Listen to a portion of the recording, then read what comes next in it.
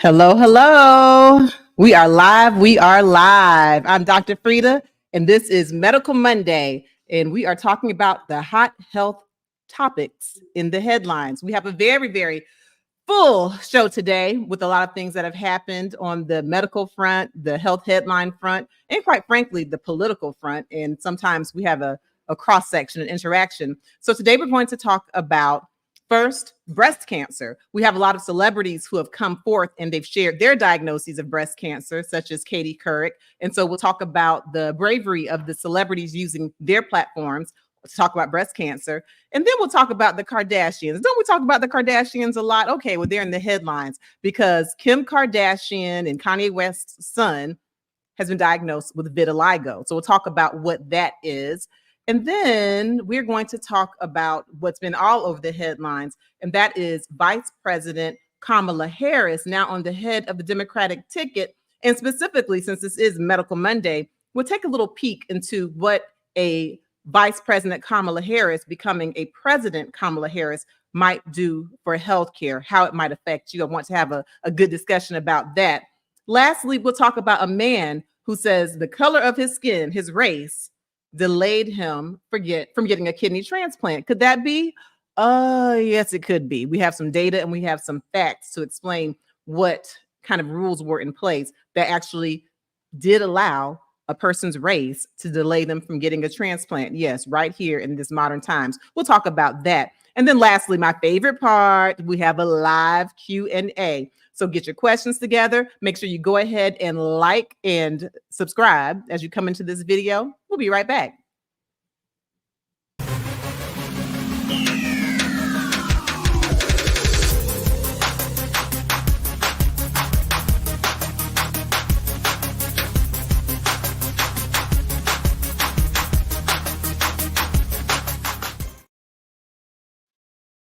We are live. I'm Dr. Frita. Let's go ahead and get started on this Medical Monday. All right. Where's my co-host? Shador, come on to the front of the room. How you doing, Shador? Doing pretty good. How are you? I'm doing well. Shador, you know, this has been a whirlwind in medicine and in just everything that's going on. How was your weekend? Weekend was pretty good, pretty relaxing. A lot of rain. There was a lot of rain. Yeah. Yes. So, well, you already know what I did my weekend or leading up to the weekend. I was at FAMU. Took my daughter to her orientation because she is a rising rattler. And I tried to be on my best behavior. I really did. But, you know, it got a little emotional for me. But it was really a great orientation. She had a great time. And I'm going to have 1/3 of an empty nest pretty soon. But I think I'll make it by and by. But you know what, Shador? You think I will? Yes, you will. You will survive. I will survive. I'll try not to be crying in the office. But let's go ahead and get started with some of these topics, because I'll tell you who else will survive. It's a lot of these celebrities who've been diagnosed with breast cancer, and they've been coming to the forefront, which is very exciting because I love it when celebrities use their platforms to actually help others. So most recently, we have Katie Couric, who's come out and who shared her journey with breast cancer. We've had other ones also, like the model Linda Evangelista. We've even had the young Miami star, the reality show, Real Housewives of Miami. Hold on just a second. Amara, can you come turn whatever that is off? Okay. Y'all, sorry. Y'all know this live is just real life. We got a whole lot going on.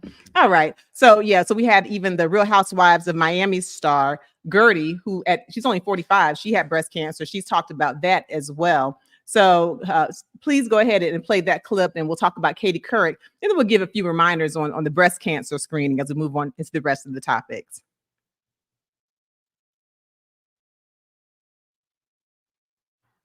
Katie Couric revealed Wednesday that she's been diagnosed with breast cancer.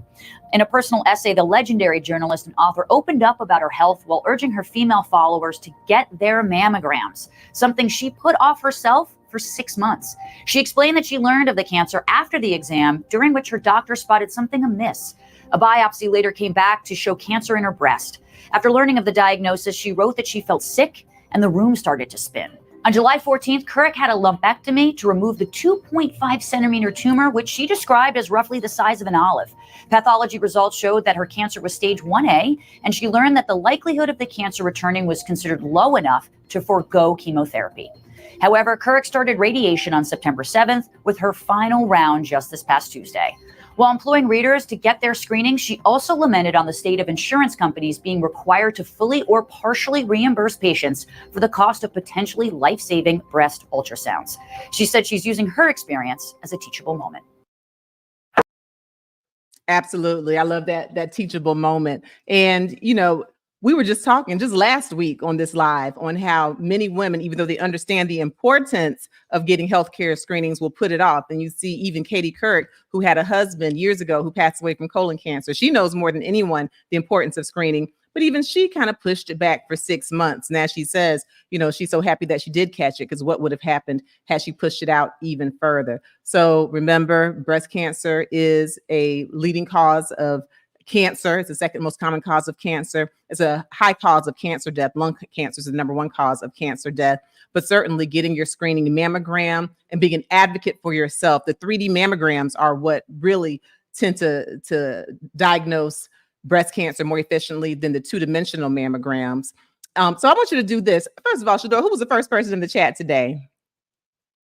Yes, our first person today was Miss Kim. Good evening, Dr. Frita. Hello. Thank you for being the first one in the chat.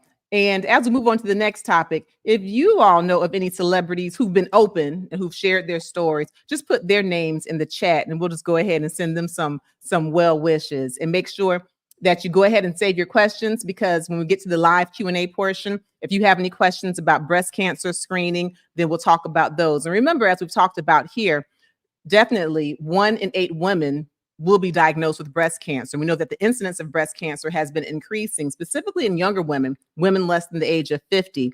And for those of you who think I'm not talking to you because you have no family history, recall that 85% of women diagnosed with breast cancer have no family history, and men can get it too. 1 in every 100 cases is a man. So I just love that the celebrities are coming out to use their platform.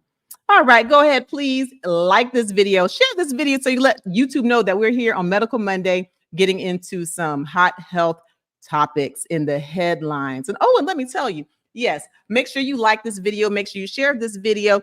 And once you're finished watching this live, check us out right here on this Dr. Frita YouTube, because I'm very proud to say that we have over 746,000 subscribers, I believe. I definitely have information on breast cancer screening signs and symptoms right here. All right, let's move on to the next hot health topic, shall we, Shador? The Kardashians.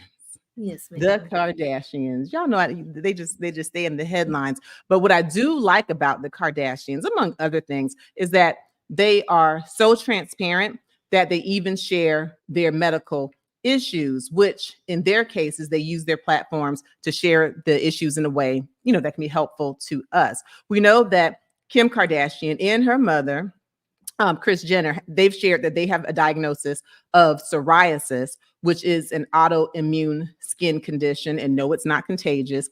Make sure you check out my YouTube video right here on this Dr. Frita channel on psoriasis to go into that detail.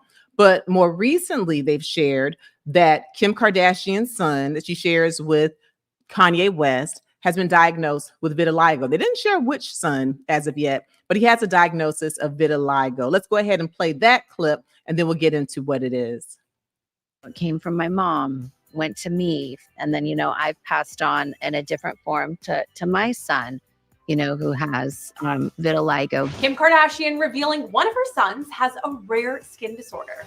It's a different experience for sure. The 43-year-old beauty mogul sitting down with the SheMD podcast, recalling her own struggles with plaque psoriasis, an autoimmune disease that causes patches of thick and scaly skin. Yeah, no, mine came on when I turned 30 years old, and we were at my mom's house and I was wearing a short skirt, and she looked at my legs and goes, "Oh my God, you have psoriasis." Kim explains she inherited the condition from her mom, Kris Jenner, and then passed it down to her son.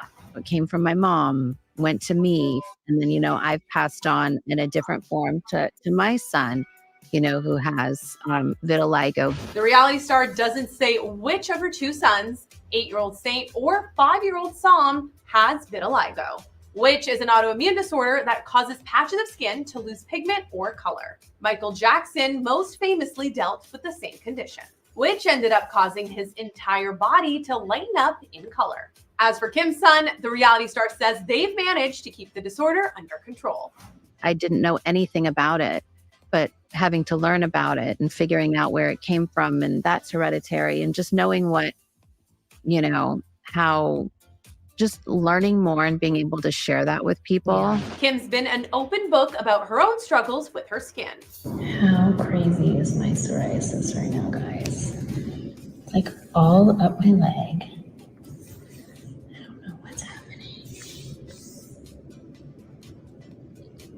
But I gotta figure this out. This is crazy. That's the Skims founder showing off a psoriasis flare-up earlier this year in the form of a painful red rash on her leg. I'm really freaking out. Despite being diagnosed more than a decade ago, Kim admits she still doesn't know what triggers her outbreaks. I usually just have this spot, but now I can tell it's going down my leg and up my leg and all up my thigh. So I just know it's time to figure this out. Cameras followed along as Kim was first diagnosed back in 2011 on an episode of Keeping Up with the Kardashians. Well, it's not ringworm. Chloe was off, but All it's right. psoriasis. So I always find that to be very vulnerable for her to share. Let's see. Hold on just a second. Amara, can you please close that door? Thank you. All right. Sorry, y'all. So yes. So I always find it to be very vulnerable for her to share about the skin condition, because we know that for Kim Kardashian, beauty is her brand. So let me see. Did anyone put any comments, Shador, on the breast cancer? If they know of any celebrities who shared they have breast cancer, as we get into the vitiligo story. No celebrities mentioned. Okay. All right. And so the next thing I want to do is I want to ask if anyone in the chat either has psoriasis. You don't have to share, but if you either have it, or if you know someone who has psoriasis, or if you know of someone who has vitiligo. And if you do, and you care to share, then I want you to say what you think probably the hardest part about having that illness is. So let's get into specifically the vitiligo. And please go ahead and be sure to like this video and to share it, because I'm going to talk to you about vitiligo, which I don't know how many of you knew that Michael Jackson said that he has.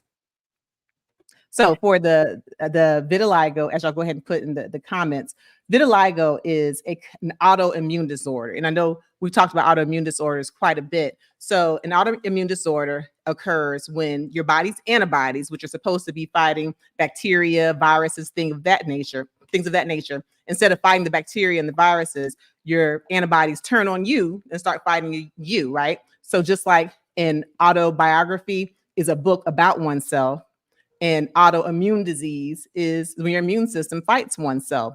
And so you may have seen people with vitiligo where they might have white patches, right? Maybe small white patches, or maybe an entire portion of their face can be white, or they'll have white patches on their arms. And it's more marked, you can see it more easily for people who have darker skin, right? They can even get vitiligo that affects some hair cells. And when it does that, hair tends to be kind of a silvery color. And what happens is that your antibodies are in effect attacking your melanin producing cells, or your melanocytes. And so you lose color in that area. And so while it's not life or death, okay, it's not life or death, it really can be an emotional burden, because, a lot of times when you have someone, say, who has a darker complexion and they have white patches, it may cause people to stare, and people can be cruel. Y'all know people can be cruel. And so it can be emotional in that sense. And while having the vitiligo, again, is not life or death, there can be some complications. For example, your skin may burn, like you may get a sunburn more easily on the portions of the skin where there's no melanin. And then if you have it affect the eye, much like people who have albinism or are albinos, where they have like no melanocytes, then sometimes having the lack of pigment in the eye can affect the vision, things of that nature. And there are treatments. Counseling is one of them. There are certain medications, not necessarily that completely cure the vitiligo. There's certain medications that can slow down the progression, even steroids in some cases, or even some light therapy. So does anyone mention they know anyone with vitiligo, or are they sharing if they have it or psoriasis? And if so, what are some of the hard parts of having, or what some of the hard parts they might think are of having these?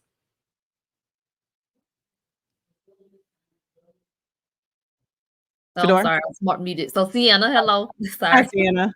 She says, I knew a coworker who had psoriasis. It was so bad, he probably shared with me that he considered the S word. I felt sorry for him, but he pushed through it. See, thank you for sharing. And see, and it's because largely our society can be so cruel. For one, a lot of people will see the psoriasis, which is what Kim Kardashian has. And again, I really appreciate her for sharing that, given that beauty is her brand. She shows that imperfection.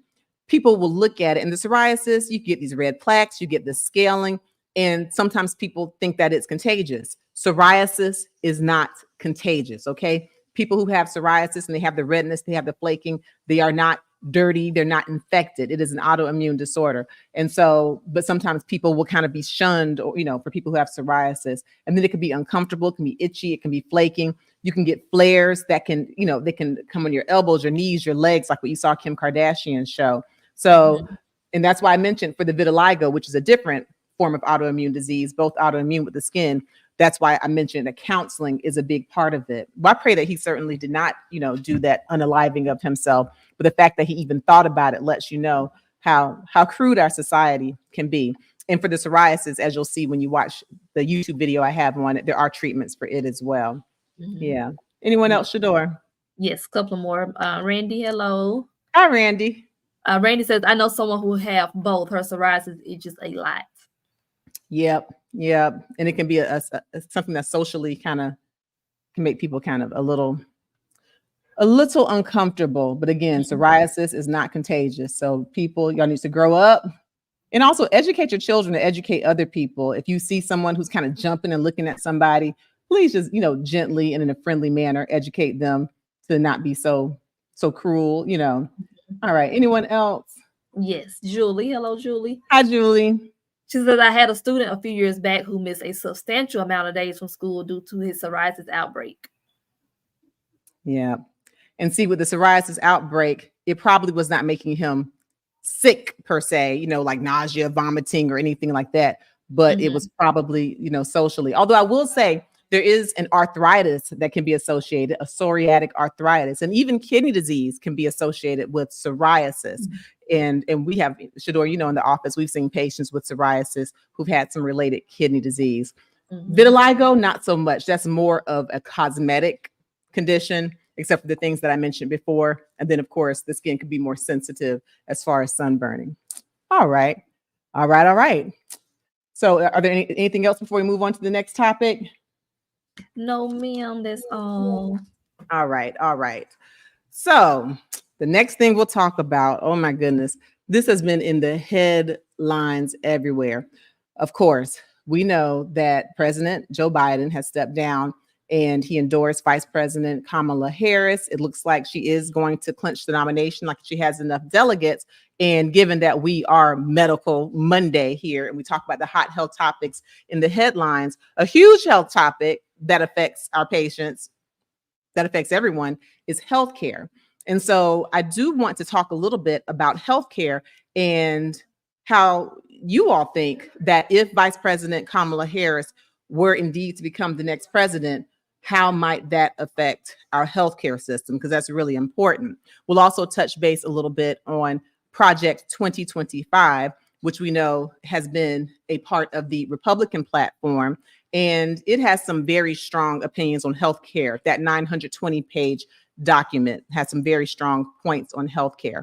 And so I want you in the comments, if y'all have any comments on healthcare and some concerns that you might have, or how you think, things might be affected if Vice President Kamala Harris becomes the president. I want you to mention them so we can have a little bit of a discussion on that. Meanwhile, as we move on, remember, we do have our live Q&A section coming up where you can ask any questions about what we've talked about today, certainly any kidney questions. You know, I'm a board certified kidney doctor. Oh, and one thing I want you to remember, make sure you follow me on Instagram. Last week, you remember we touched on Lyme disease a little bit, right? We talked about Serena Williams, and we talked about how her husband has Lyme disease. And we know she's sitting over there in Paris now. She's been all over social media looking nice in her red dress with all of her little family and everything. We touched on it briefly last week. I asked you all to let me know in the chat if you wanted me to do any kind of a short form content. Well, I did. So if you go to my Instagram at dr.frita, you will see a video. You'll see an Instagram reel where I go into Lyme disease. And then if you still have any questions, then you can come back and we'll touch on those in today's live Q&A. So now let's play a kind of a quick clip on Vice President Kamala Harris, and then we'll talk a little bit about healthcare, at least what she's presented thus far, and we'll contrast that, and I'll take some of your questions or concerns. All right. President Kamala Harris in Wisconsin today. The vice president met with nursing home employees in La Crosse to discuss affordable health care. After the event, she spoke exclusively with 12 News political director Matt Smith. Prescription medication is just too expensive, especially for our seniors. For seniors, we're going to cap their annual cost for prescription medication at $2,000 a year. We've had far too many seniors who've had to make a choice between whether they could fill their prescription for insulin or fill their refrigerator. Wisconsin Republicans are critical of today's visit. The chairman of the Wisconsin GOP says the Biden campaign is focusing on the wrong issues. Kamala Harris is on a rescue mission. This is about the struggle that people are having in Western Wisconsin, at the gas station, at the grocery store, the reality of everyday life.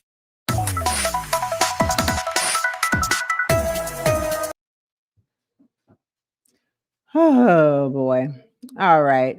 So, yeah, so we know that there's been a whirlwind, and even though, again, here at Shador, we talk about healthcare topics. Every now and then there is an intersection between, politics and healthcare, and that time is now. We know that ever since Vice President Kamala Harris has received the endorsement by President Joe Biden, she was able to raise $200 million, $200 million in just 1 week. And 2/3 of those were brand new donors. She was able to get 170,000 volunteers. There's so many volunteers for the Harris campaign that they kind of just don't even have a place to put all the volunteers. Don't worry, they'll find it. They'll find a place. And then we learned that even within the first 24 hours of her raising money for the grassroots campaign, she actually broke records where she raised more money in that first 24 hours than reportedly in the history of presidential campaigns. So there's been a whirlwind, been a lot of excitement behind Vice President Kamala Harris, but where where it really is of concern as far as physicians are concerned, as far as patients are concerned, is what will it do for healthcare? So again, if you have any comments or concerns, we'll go ahead and put those in the chat, but I will outline just a few things. So we know that one thing that's been done under the Biden-Harris administration is the Inflation Reduction Act and different forms of legislation to try to cut back certain costs of medication. A big one is insulin, okay, for certain sectors of the population. Then under the Biden-Harris administration, they were able to cap the cost of insulin at $35 per month. Put a 1 in the chat if either you or someone who uses insulin and you recall a time when that price was much more than $35 per month. So that was actually a great big deal because, we've had patients, Shador, who have had trouble purchasing their insulin. I've had friends who, I'll be honest, I know of when we travel out of the country who have gone looking to try to purchase insulin, okay, outside the country because they were able to purchase it at a lower cost. I don't recommend that, okay, but this is one of the things that's happened because insulin has been so expensive. So, capping that cost at $35 per month. Also, one of the plans is extending the Affordable Care Act where there will be, there's Shadow making an appearance. Y'all, this is a lot. We got a lot going on. All right. We got a lot going on, everybody. Okay. Anyway, so also they've been trying to expand some more of those medication caps. And apparently this is what Harris will be talking about. She hasn't really given her latest platform as solidly just Harris, the presidential nominee, but just kind of based on some of the Biden-Harris administration, extending the American Care Act, those are things that she's supported. And one of the big things that's come out and that's been in the health headlines big time is the Republican platform, specifically Project 2025, where we know there have been some very specific outlines in 920 pages. You don't have to guess about that platform because everything's in writing. And even though the former President Trump at first tried to distance himself and say, oh, he didn't really know about it, there's definite evidence that he does very much know about and has been supportive of Project 2025. The receipts are here, okay? And there are many things that are outlined in Project 2025, which would be something that's put forth for healthcare if the former president were to become president. One, they're looking at limiting Medicaid, okay, and eventually capping Medicaid. And something important to know is that 90 million Americans are on Medicaid, 30 million children. I know sometimes there's some stereotypes where people think, oh, Medicaid is just for poor people or for people of color or for Black people who are way over there. That's not true at all. So many people are affected by Medicaid. And I even oftentimes should look at the people who are in the rallies of the former president. And I'm just like, just statistically speaking, okay, especially with some of the demographics of those folks, I'm quite sure that many of them are on Medicaid. And even in some of the surveys that have been done, you see that well over 90% of Democrats favor Medicaid and Medicaid expansion, but even over 65% of Republicans favor Medicaid expansion. So, there's just a whole lot to consider. So I don't, recommend that no one, I don't think, should be just like a single issue voter, but part of the things that need to be considered as we talk about healthcare on these Medical Mondays is what will happen depending on what candidate gets into office, what will happen to your healthcare and how might you be affected or how might your loved ones be affected. All right. First off, do we have any ones? Yes. Several ones. Okay. People who know about insulin, know of someone on insulin and those prices. Yeah. Mm-hmm. Yeah. So I just call out a few. Sienna was the first to chime in. Sunny D. Hello. Sunny D. And Paulette. Hello, Paulette. Yeah, that insulin is real. And we know that diabetes is just a huge part of the healthcare costs. So that's just one start as far as capping the price of insulin at $35 per month. There's also, been the proposal under the Harris administration where out-of-pocket costs for people who are on Medicare would be $2,000, period. And we already know, especially for people getting different things like infusions, biologics, things of that nature, that would be huge. It's just really frustrating. And I know I've mentioned it before that here in the United States, where we are the leaders of the free world, we are a high income country, we actually have the lowest life expectancy compared to any other high income country, yet we have the highest healthcare costs. And so, I speak to it because I see so many patients who literally have to make a decision between food in their refrigerator and using their medicine and actually getting their medicine. And so there's got to be a way. And so, that's just something to think about. All right. Do we have any comments before we move on to our next story? And again, make sure, please, that you go ahead, like, and then look at that little share button. You can copy a link, put it to your group text. You can put the link on your social media. You can go to your contacts and tell them to come on in here. Tell them to come on in if they want to put their 2 cents on these hot health topics in the headlines. What do we have, Shador? Absolutely. So Monica chimed in. Hi, Monica. Hey, Monica. Hey, Monica. She said, for a year, my insulin alone is $1,228. See, that's expensive.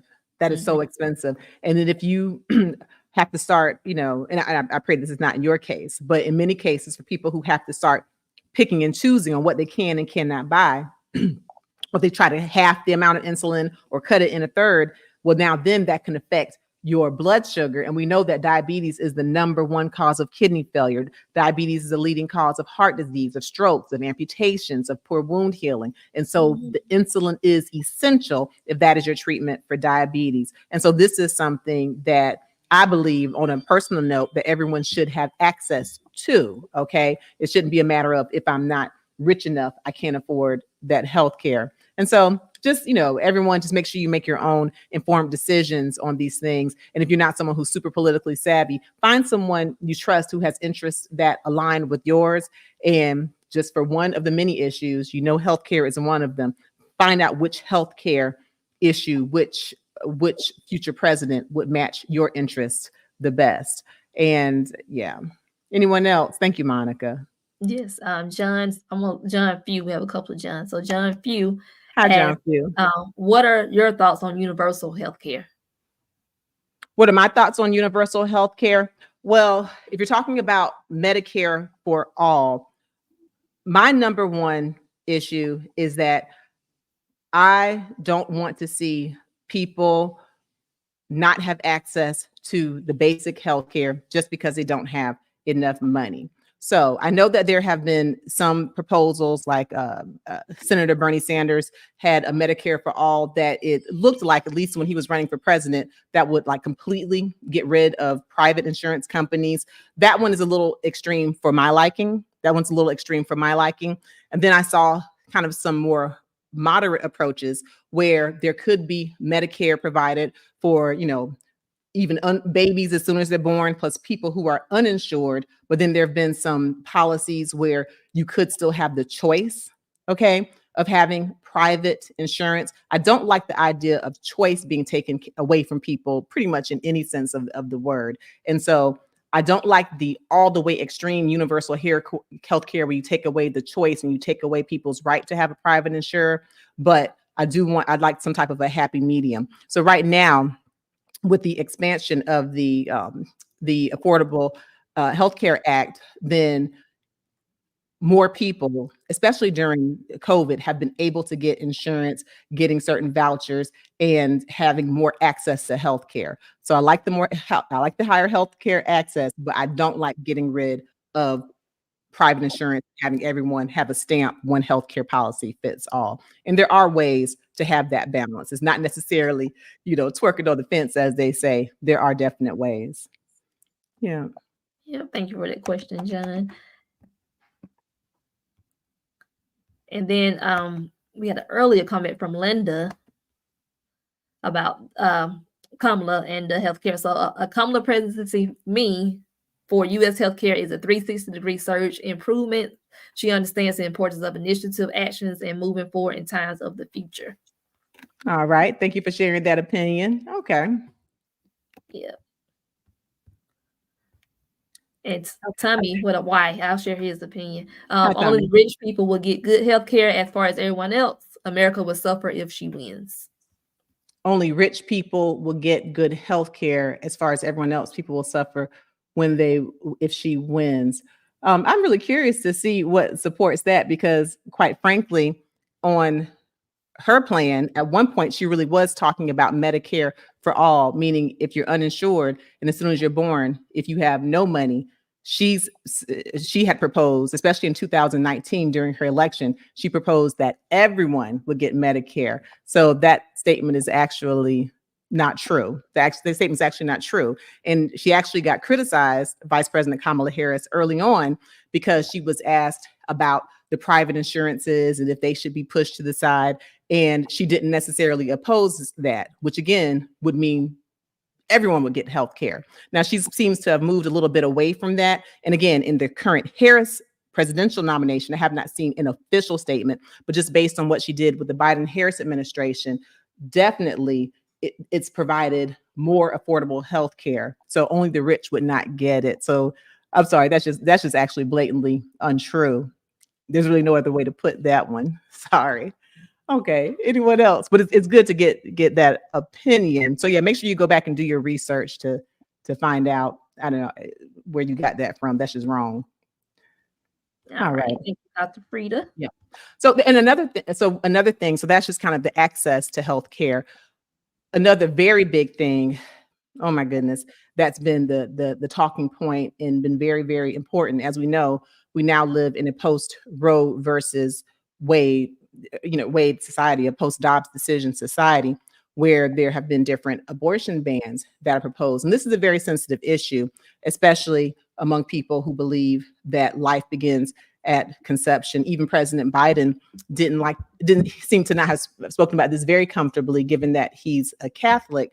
And so this, we won't get too heavily into this as far as the abortion and the abortion bans, but from strictly a healthcare perspective, I will go ahead and weigh in just to give folks some food for thought. And I'll take a couple of comments, since again, this is in Medical Monday, healthcare hot topics in the headlines.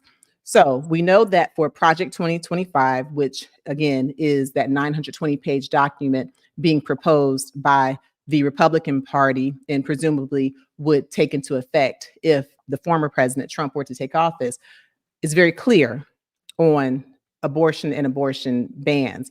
So one of the things that it is proposing is that with the concept of life beginning at conception, the fetus has just as many rights as the mother. Now, on the surface, that might sound like, okay, that makes sense.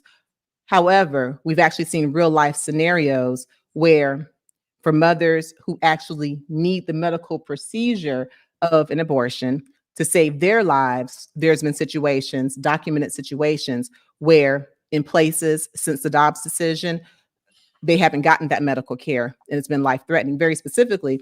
And folks can look it up. There was someone who in Texas, Amanda Sorosky, I believe her name was, and she had a wanted pregnancy. She wanted her pregnancy. Unfortunately, the pregnancy was not viable, meaning that fetus was not going to live. And there are different chromosomal conditions like genetic abnormalities where that the child is just not going to live. Situations where children are born without brains, for example, without part of their spinal cord. So I'm talking about literally not just a child who say is disabled or mentally challenged. No, I'm talking about non-viable situations where the child will not live and they know that the fetus is very likely going to pass away while the mom is pregnant. Well, in this case, and this is just one case, and of course, as a physician, I know of many, but this is just one case that went public where a mother had a non-viable fetus, meaning the child was going to pass, but because she was in Texas, and even though she needed the procedure to remove that unborn baby, they told her, we still hear a heartbeat. And so legally, the doctor was not able to remove the baby. Now, she was told that once the baby passed away within her, which they knew was inevitable, then she would be at risk of having an overwhelming infection, sepsis, right? Which can be life-threatening and can also potentially cause you to not be able to get pregnant in the future, right? It could affect your fertility. Sure enough, they waited, and then she became septic. She got an overwhelming infection. And what happened as a result, so once she got an infection and it got to that point, then they were able to do the life-saving procedure of an abortion. But by then, she became severely scarred in her uterus, her fallopian tubes, and one fallopian tube is permanently blocked. So what she did, she had a lawsuit, she and 20 other women, where they sued, because she was not able to get really that life-helping procedure. And she's someone who wanted the baby, but she couldn't get the procedure and she became septic. It was life-threatening. They took it to the Texas Supreme Court, Texas, where we know that things can be quite conservative. And she lost. But if you just take that scenario, it's just a reminder that abortion is not just about, let's just be casual. Let's just use abortion as birth control. It's a procedure. It's a medical procedure. And there are some cases where women who desperately want children will have a pregnancy that the child won't live, the child won't be viable, and then also it can literally threaten their life. So historically, in the way I was trained, when it comes between the life of the mother and the life of the child, you choose the life of the mother. But with Project 2025, that's not where they're going with that. They want to not only have a full ban of the abortions, but they also want to make it so that morning after pill and even the male contraceptive, they want to make sure that those are not covered by the by insurance. Oh, okay, let me take some water. All right, but that's just one of the things. Just make sure that you stay well read and that you read proper documents, okay? That you read documents that are actually factual. Don't just take opinions. Don't even just take what I'm saying, but you can look up what I'm saying. Okay, Amanda Sorosky, Texas lawsuit, and you'll be able to find it. Any more comments before we move on? No, ma'am, we can keep it moving. All right. So now let's talk about kidneys. I I do want to say though, before we go there, Shador, Mhm. a couple of weeks ago, right here, we covered the story of Suni Lee, that gymnast. Mhm. Remember the gymnast who had the kidney disease? In fact, she said she had 2 diagnoses of kidney diseases, and she actually at one point was not able to compete. Well, now she's over there in Paris. I was watching her last night competing. So that's pretty exciting. If you go to my Instagram story, you'll see where I kind of did a little recap of what we talked about here. But it's just amazing. You know, she has kidney disease and she was still able to fight. She was still able to compete. So yeah, that's pretty exciting. And you know, and as again, we get into this next topic, just in general, oh my gosh, with everything that's going on, not only can it be stressful, like all the headlines for physical health, but for mental health as well. Make sure you click the link in the description. I'll make sure we put it there where I have a freebie for you. I have a PDF download on how to stay healthy in general. I give you 10 healthy habits for a better you and a better life, just in general. So we'll have that in the description before. So whether it's physical stress, mental stress, if you stick to these habits, it's just kind of one way to regroup to stay your healthiest self. So now let's talk about kidney transplants, shall we? Let's talk about kidney transplants.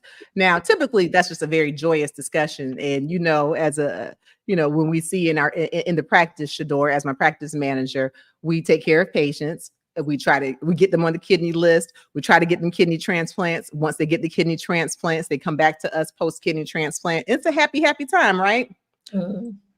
Well, historically, and the labs, as far as the kidney labs, the EGFR, estimated glomerular filtration rate, at one point it said EGFR for African Americans, EGFR for non-African Americans, right? Mhm. And I know a lot of patients used to be like, why are they putting race on here? What is that? Okay, but that was something that happened for years where they separated out. And we'll talk more about what that means. In fact, put a 2 in the chat if you've ever seen that. EGFR for non-African Americans, EGFR for African Americans. Put a 2 in the chat if you've seen that on your lab work. Well, basically, now there has been a Georgia man, among a couple of other people who have sued certain healthcare systems, okay, and even the organ procurement organization, the organization responsible for matching you up with your organ. The person has sued with a couple of other people because he said that his race, okay, being a Black man, he said, caused him a delay in getting his kidney transplant. He said his race caused him a delay. And theoretically, that can certainly happen because the way that is set up on the labs, for any of you who put 2s on there, you will note that for the same creatinine, which is a marker of kidney function, if you are a non-African American, then it will show that you have a worse kidney function than if you are an African American. So what does that mean? That if you're an African American versus a non-African American, if you have the exact same kidney number, the creatinine, and you're up for a transplant, the person who is African American will look like they have a better kidney function than the person who is non-Black. Therefore, the person who's non-Black will be pushed ahead on the kidney transplant list. This is how it was. Fast forward, spoiler alert, since 2020, the various organizations, including National Kidney Foundation, and I'm a board member of the Atlanta National Kidney Foundation, the different organizations pushed to get race taken off so that there would be no difference when it comes time to get a transplant. But some of the damage has already been done, and there are some people who were delayed getting a transplant and some people who actually died while waiting for a transplant. And some could argue it's because of the race distinction on the EGFR. Let's play this clip. It gives a little more of an explanation. Black patients waiting on a kidney donation could soon get a transplant up to 2 years earlier. That's thanks to a national policy change that removes a test previously used to determine eligibility after studies found it to be racially biased. Savannah Levins has a story tonight. To understand this change, let's go back to 1994, when a formula was developed to determine a patient's eligibility for a kidney transplant. The people that participated in this part of the study, there were about 1,500 white patients and fewer than 200 Black patients. Dr. Martha Pavlakis is the chair of the nation's transplant system. She says of that small sample size, the Black patients had higher levels of creatinine, an indicator of kidney disease. So the test increased the creatinine threshold Black patients had to reach to qualify for a transplant. They get run through that formula, and anybody who's listed as Black looks a little bit healthier and doesn't get on the transplant list until they're worse. It's known as the race variable, and it's been used ever since. Unfortunately, that approach has been rooted in our medical education, our protocols. The idea of using someone's skin color to put them in a box as if it has some genetic or physiologic meaning actually turns out to be potentially harmful.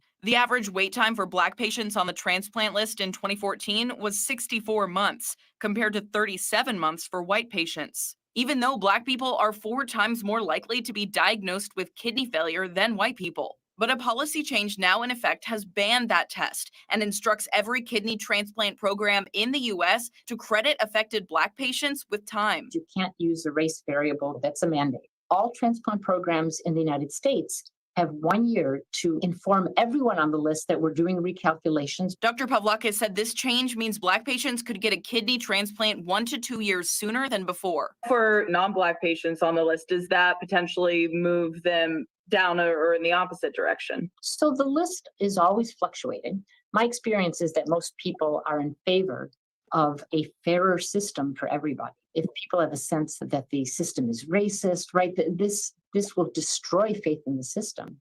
Those notifications are still going out through the end of the year, but you can call your transplant center and ask how this will impact you. We have more info on 11alive.com.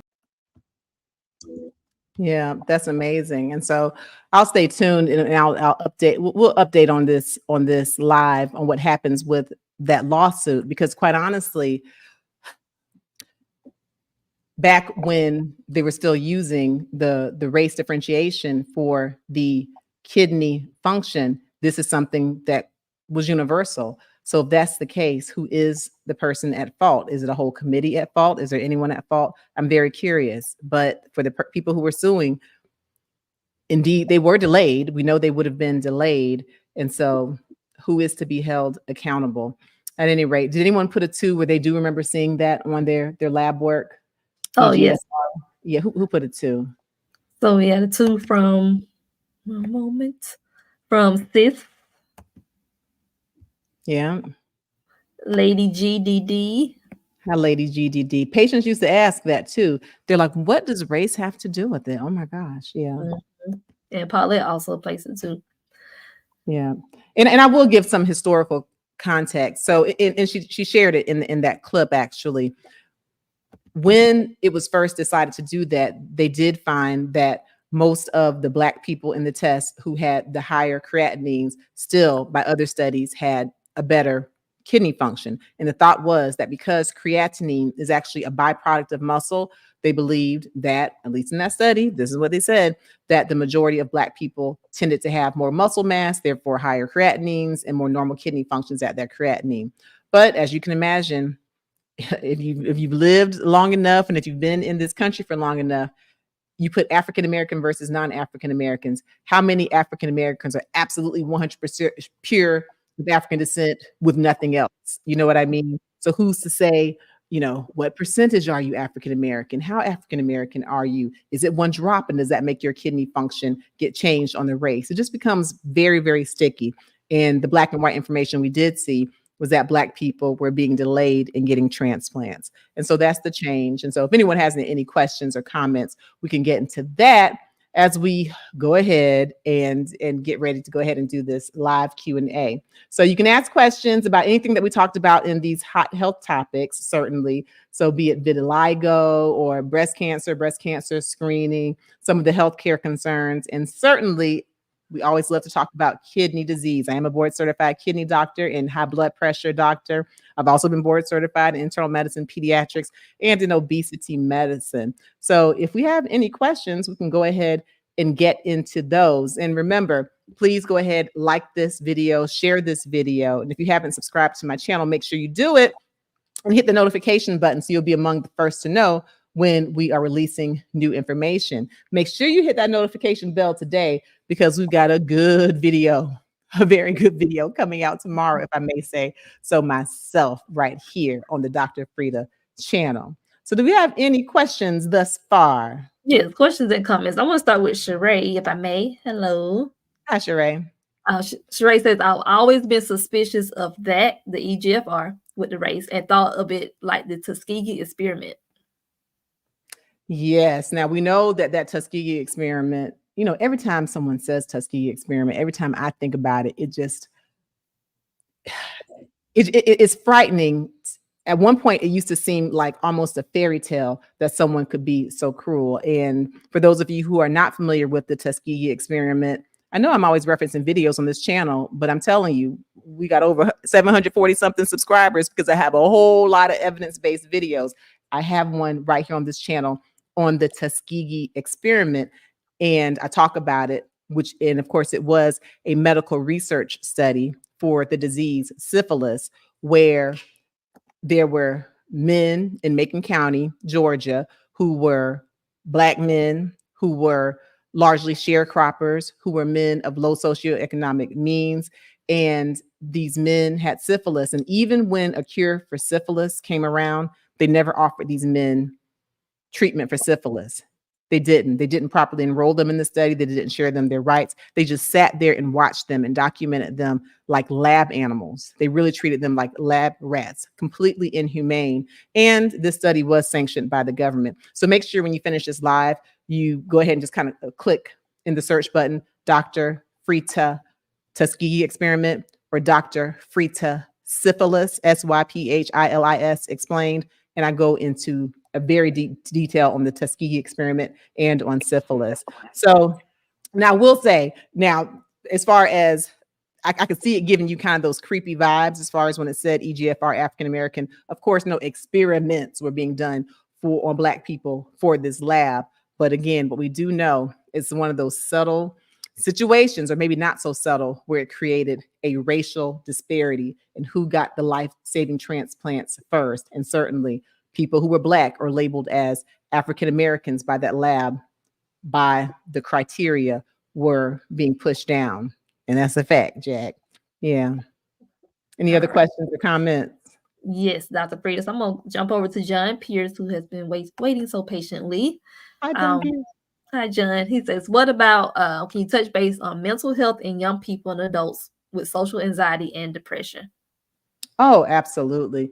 So I've been really excited because there was a time where mental health was just so hugely stigmatized that we really didn't talk about it at all, right? And so you had people who might have mental health issues and they wouldn't express them because it was seen as being a sign of weakness. That's why I really love it when it comes up in everyday conversation. People are like, oh, child, let me go see my therapist. Or when you see celebrities or people who have, you know, very highly respected positions, journalists who just in casual conversation talk about, you know, oh yeah, I'm gonna go see my therapist. Even when we're looking at our gymnasts, right? Or our elite athletes, we talk about like Simone Biles and how she had the twisties and how she ended up dealing with depressions. She actually, I watched her Netflix special, Simone Biles Rising, I believe. It's a Netflix special. It's on now. It came out July 17th, but she actually talks about, you know, dealing with mental issues. We have that tennis player. What's her name?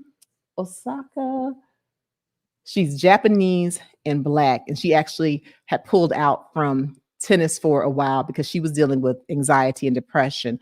And who else? The swimmer, Michael Phelps, talks about how he gets counseling. And I know that he is a spokesperson for one of these mental health counseling organizations. My point is, I really like it now that the mental health is coming to the forefront. So as far as social anxiety and anxiety disorders in general, this is something that is very real. It can be disabling. Okay. When you have an anxiety where you have a worry, not just a typical worry about something that maybe realistically or likely could happen, but when your mind starts to become preoccupied with worry, even worry that's not likely, and it becomes debilitating and is keeping you from taking care of your different functions in your daily living, then it can become a problem. So there are different types of anxiety disorders, be it generalized anxiety, obsessive compulsive disorder that now has its own category, but post-traumatic stress disorder, things of that nature. And then of course, there can be a high correlation with depression. Okay. And you can have major depressive disorder where you exhibit certain symptoms for at least 2 weeks. Bottom line, make sure you consult with your physician. You can start by consulting with your primary care physician, your family doctor, or your internist, and certainly seek psychological help. A psychiatrist may be in order if you're someone who has a disease, and you may need someone who can prescribe medications, and also a counselor. Make sure you check out my videos. I have videos right here on this channel specifically talking about anxiety disorders. That's a very important part of health. So it's not just physical health, it's mental health. And it's okay not to be okay. All right. Thank you for your question, John. All right. I'm going to jump over to Sylvia. Hello, Sylvia. Hi, Sylvia. Sylvia says, I was just able to obtain my grandma's death certificate through Ancestry, and she passed from nephritis. Is this hereditary? I have a sister that passed in 2019 from the same. Oh, my goodness. So I'm sorry about the death in your family. And the short answer is that, yes, nephritis can be something that is hereditary, and there are different types. So just at the base of the term, when you're talking about nephritis or glomerulonephritis, we're talking about inflammation of kidney cells. There's a list longer than my arm about of things that can cause nephritis, and some things can be hereditary. For example, if the nephritis is caused by an autoimmune disease, such as lupus, or you can get a lupus nephritis, then that potentially is something that can be passed on. Or you can also have nephritis. There's so many other things. IgA nephropathy, focal segmental glomerulosclerosis, which is actually the most common form of glomerulonephritis among people of African descent. There are so many different types of nephritis, but then sometimes it can be caused or triggered by an infection. Okay. It can be caused by an infection. You can have a certain like throat infection that can lead to a kidney infection. Given that you have this family history of 2 separate people having lost their lives due to it, there is a great chance. What I would recommend is that you take this information and you share it. Please don't keep it a secret. And I'm glad you shared it today. Our secrets make us sick. So talk to your physician about it and make sure you're getting just your general screenings on your kidney health, and make sure the people in your family are doing the same. So when you get a history and physical, then it is your kidney disease. You are checked for kidney disease in a routine history and physical with a BMP, basic metabolic panel, or a CMP, comprehensive metabolic panel. And the kidney tests there are BUN, blood urea nitrogen, creatinine, which you just discussed, and the EGFR. That's just kind of the basic screening test. You also want to ask your doctor to check your urine to see if you have protein in the urine. It is not normal to have protein or albumin in the urine, certainly not in excessive amounts. And if you do, this could be an indication that potentially you could be at risk for kidney disease. I pray that you're not, but knowing your family history, you want to use that knowledge as power. And then we are even now finding out that there is a relatively newly discovered gene, APOL1, and that is something that can cause a genetic nephritis or an inherited nephritis. So I'm glad that you found this information. Make sure you consult with your doctor, and depending on what you find, you may actually need a kidney doctor. Check out my video right here on this Dr. Frita YouTube channel on CKD stages. Okay, so you can look at your EGFR and see if you're someone where it's recommended for you to see a kidney doctor. Also, I talk about some of the nephritis to a degree in my nephrotic versus nephritic syndrome video right here on this channel. Thank you for sharing. And I wish you the best of luck. Yeah, thank you, Sylvia. She said, thanks for choosing her question. And then one more question. Yeah. I'm going to spread a little love for you. Okay, This is from Sheree. Sheree says, if you are diagnosed with CKD right after a COVID infection, how do you know if it's CKD or AK1, acute kidney injury?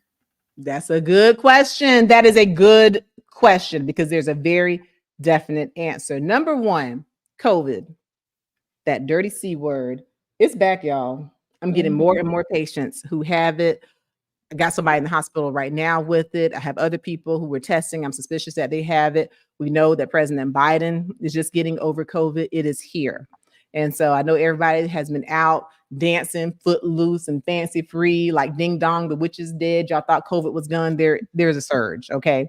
And granted, it's not as bad as it was. At least it doesn't seem like it this far, like in 2023 even.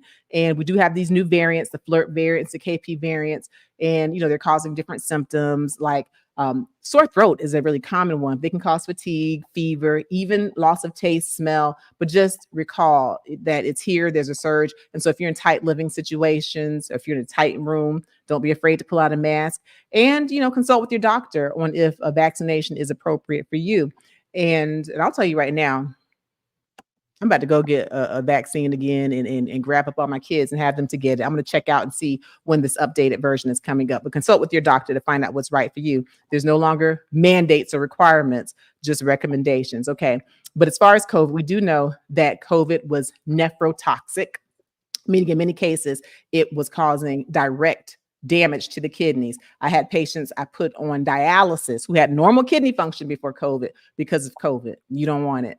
But in answer to your question, CKD versus AKI. So when you say CKD, you're talking about chronic kidney disease, right? When you say AKI, you're talking about acute kidney injury, meaning more of a quick, potentially reversible, right, kidney disease.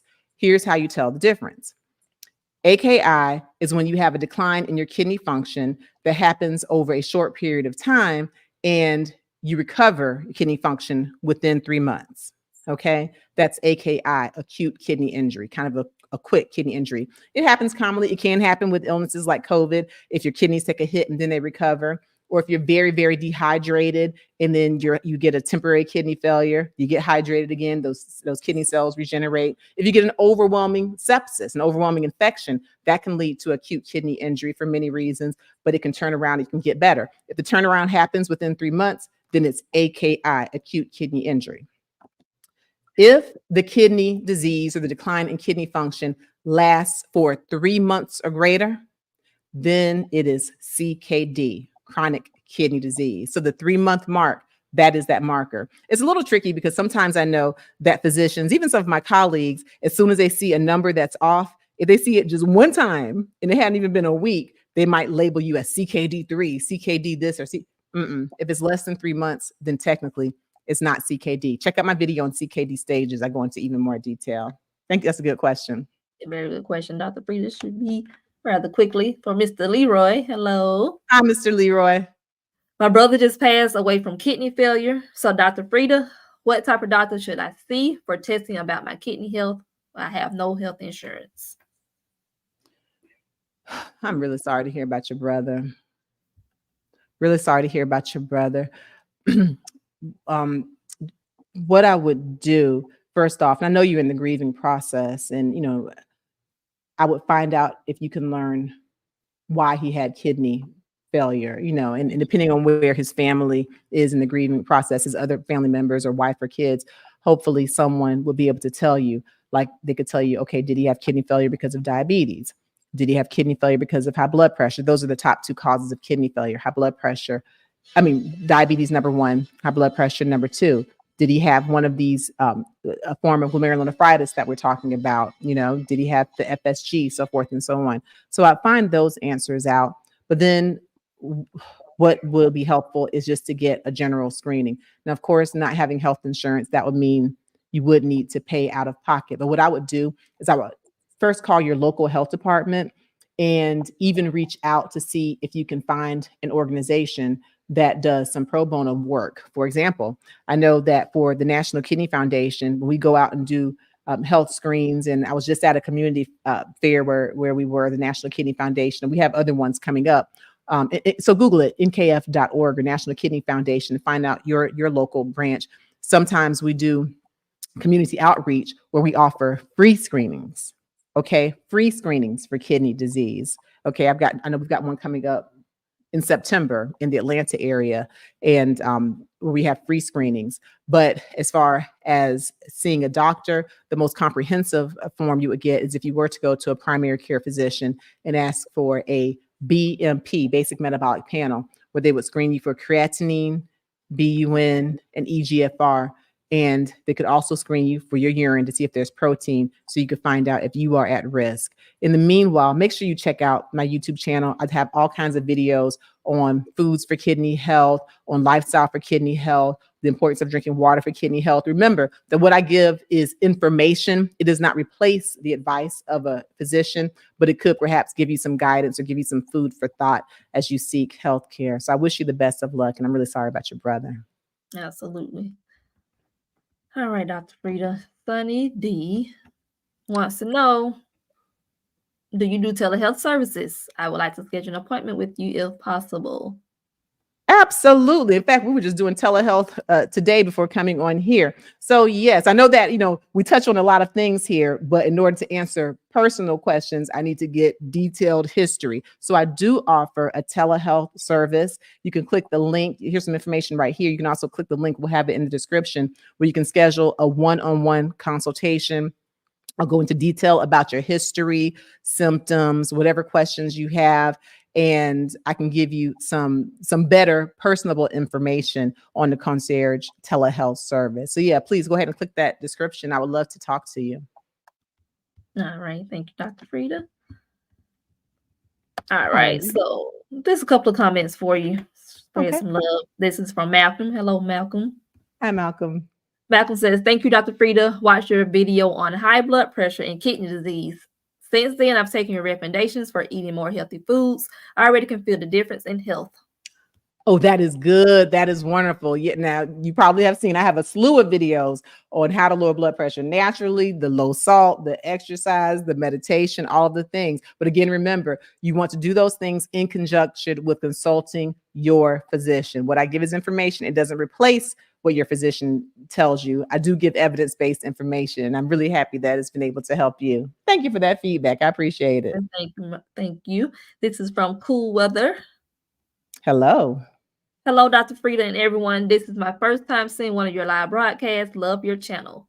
Oh, thank you. I appreciate it. Well, come on back. We're here on Medical Monday, 6 p.m. Eastern Standard Time. We talk about the hot health topics in the headlines. Sometimes they're, all light and fun and kiki. Sometimes they're a little bit heavy, but whatever's in the headlines, we're going to talk about it and we'll see what we can do to make it relevant for our lives so we can have the healthiest, happiest lives possible. Come on back. Come on back. I appreciate you. Absolutely. And then take us out. This is from Bong's Vibe. Hello. What an amazing knowledge-filled medical show. Thank you, Dr. Frita. Oh, I appreciate that. I appreciate that. And I will also appreciate it as we head on out and we end the show. Please make sure, like it, share it. And so for even for people who weren't able to catch us live, they can catch it in the replay, comment, and we can be interactive. And guess what? We'll be right here on next Monday, same bat time, same bat place for another Medicine in the News, 6 p.m. Eastern Standard Time, where we talk about all the hot health topics. And again, make sure you check out the Instagram. I told you that I did keep my word. I kept my word where I did that Lyme disease video because Serena Williams' husband has been diagnosed with Lyme disease. So I talk about how you get Lyme disease, some of the signs, some of the symptoms, the treatments, how to prevent it. I go into that. And I also share on my Instagram how I acted up at FAMU orientation. Y'all, I didn't act right. I didn't act right at all. I cried a little bit, but I got that out of my system. But then it was so fun. They also had a dance off for parents. I tried to stay in my seat, but I didn't. But it's on there. So yeah, if you make sure you follow me on Instagram, I put different content on Instagram than I do on my YouTube. So you check me on Instagram, on Facebook, you'll find different things over there. But definitely come on back here. And we'll see you next week. Thank you. And thank you, Shador, as always, for doing a phenomenal job as my co-host. And I'll talk to you, Shador, tomorrow in real life when we're seeing patients. All right. All right. See you then.